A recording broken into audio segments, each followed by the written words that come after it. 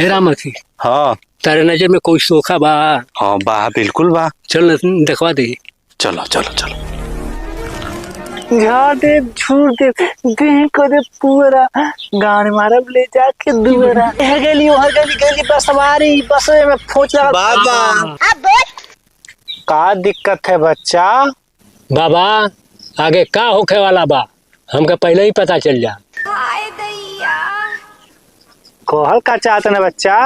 इनका कहले का मतलब ही बा कि भविष्य देखल चाहत ना।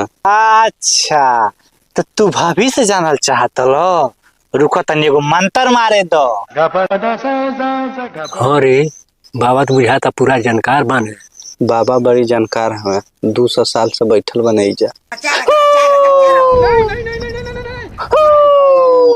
तो तू ये काम करो, काम ही करो कि हो किनारे जा, पैंट खोलो, पैंट बा नहीं तार लुंगी बा, लुंगी खोला आ कछिया सरका के निहरो। अरे बाप रे बाप, बबुआ हमार गान मारल चाहता। लो मंत्र तो हमार काम को दलस, अब तो तक सब कुछ पहले ही पता चल जाता। अरे बाप रे बाप।